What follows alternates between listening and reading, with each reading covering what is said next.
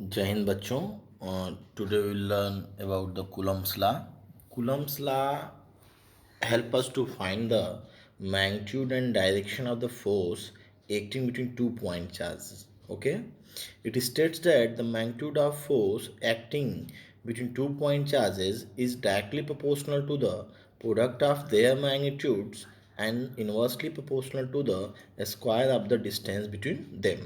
So students, if there are two charges q1 and q2 separated by distance r, then the magnitude of force acting between them will be given as F is proportional to mod q1 q2 by r square, where mod sign is used here that we are taking the magnitude of q1 and q2 only. Now F can be written as F will be equal to k constant small k mod q1 q2 by r square, where constant k is the proportionality constant and its value depends on nature of intervening medium.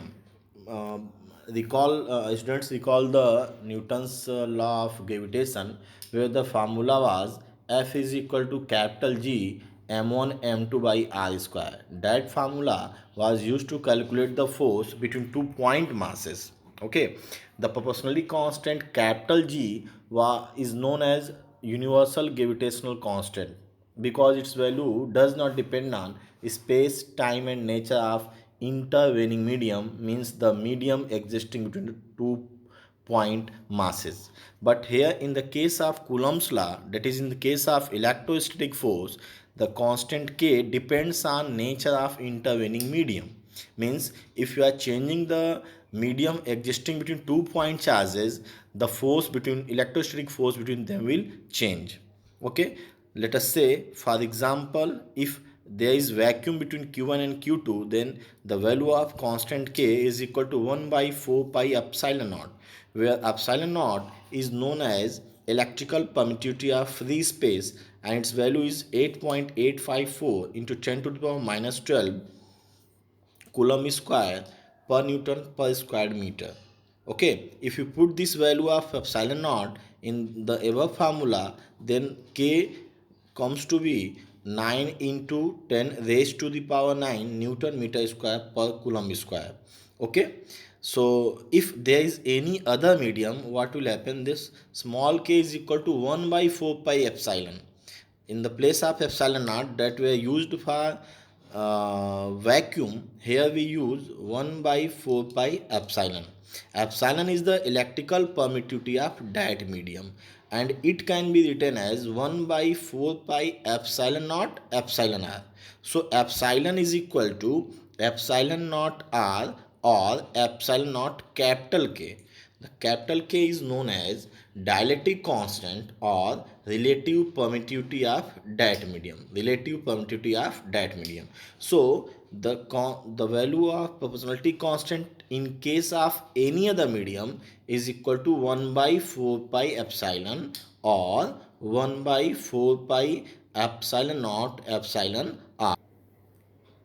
सो अगर vacuum हो दो charges Q1 और Q2 के बीच में, then we can write formula F is equal to 1 by 4 pi epsilon naught Q1 Q2 by r square. Okay, and if there is any other medium, then it can be written as 1 by 4 pi epsilon naught into K Q1 Q2 by R square, where this K is known as dielectric constant or relative permittivity of that medium.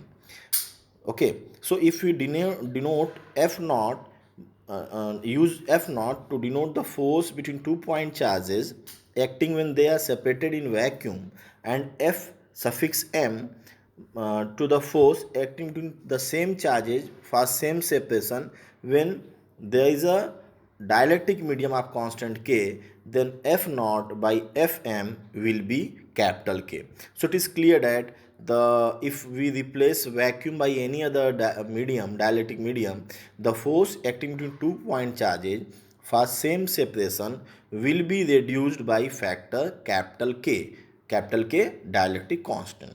एक example इसका है, अक्सर पूछा जाता है what is the meaning of the statement that the dielectric constant of water is 81. So dielectric constant of water is 81. It means that the value of K is 81. So significance, its meaning is this: if we are replace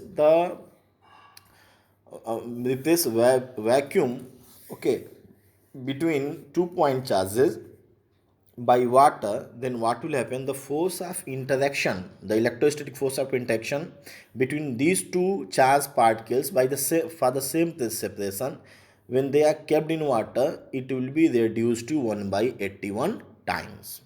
जो force होगा water के case में वो 1/81 times reduce हो जाएगा.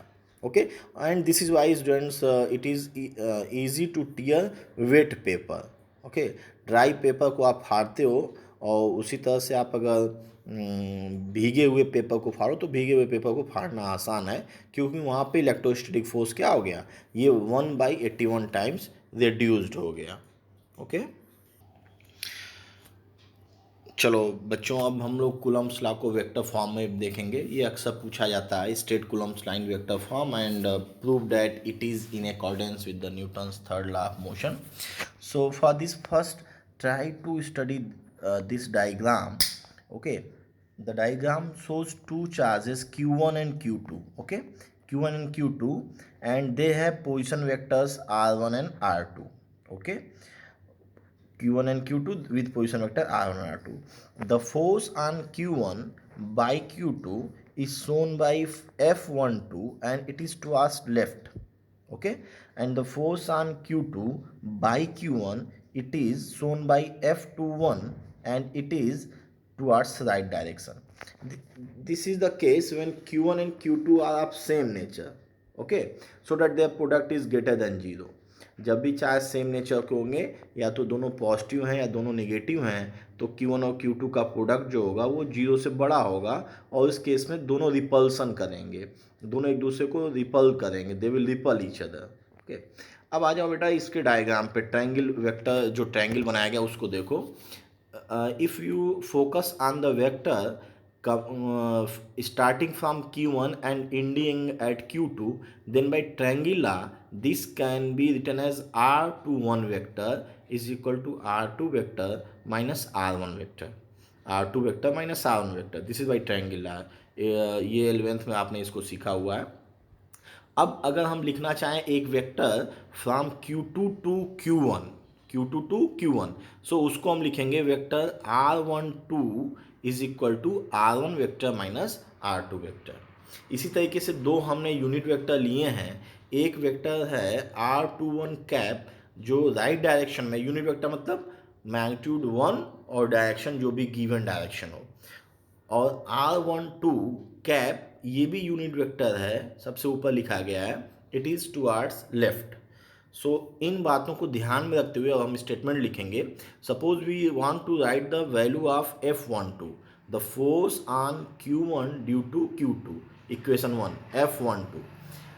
Coulomb's law 1/4 pi epsilon naught, product of two charges q1 q2 by their separation. Okay, separation, this is r12 square, r12 square.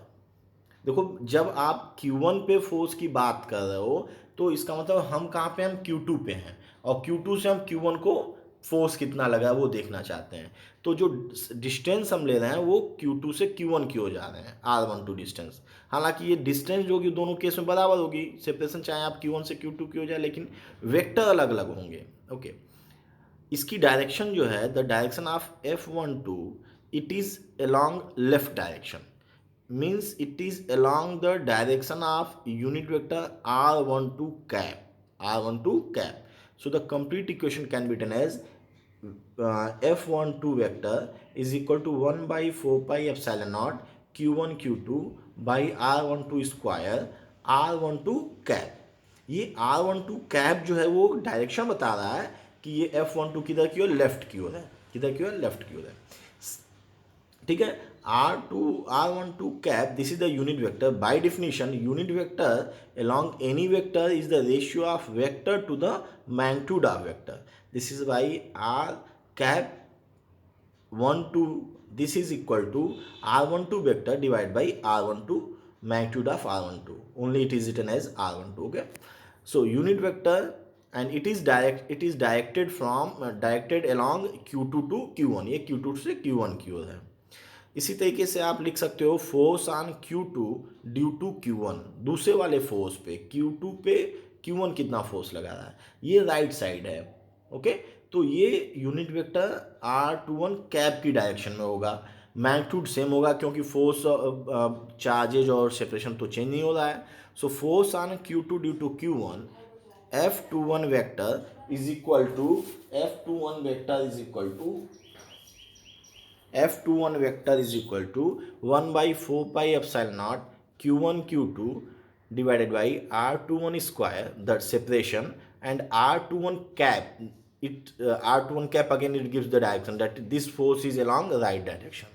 Okay, so we have get two forces. One F12 is equal to, so this is F21 force on Q2 due to Q1, where R21 cap vector can be written as vector R21 divided by R21. Okay, it is the unit vector leading from Q1 to Q2. So we have two forces. Now we know that the vector R21 is equal to minus our vector R12. This is because their directions are opposite and their magnitudes are same. So we can write R21 cap is equal to minus R12 cap, and the magnitude of vectors R21 is equal to R12. Okay, so using this property, the second equation can be rewritten as, what we are going to do, we are putting R12 in the place of R21 and R12 cap in the place of R21 cap. So you will get the equation 3. Okay, separation R12 is equal to R21, so magnitude को replace कर दिया और unit vector को दूसरे unit vector के साथ, लेकिन minus के साइन के साथ, क्योंकि ये उसके अपोजिट में है, मैग्नीट्यूड सेम है। अब हम इक्वेशन 1 और 3 को कंपेयर करेंगे। If you compare this equation 1 with 3, तो आपको पता चलेगा कि the magnitude of all these are same. Okay, only there is a difference in their direction. It is along R12 direction and it is along minus R12 direction. ठीक है, minus R12 cap direction. So we can write F21 vector is equal to negative of F12 vector. It shows that the two forces are opposite in direction and equal in magnitude, and therefore we say that Coulomb's law agrees with Newton's third law of motion. Okay, thanks students, comment on it.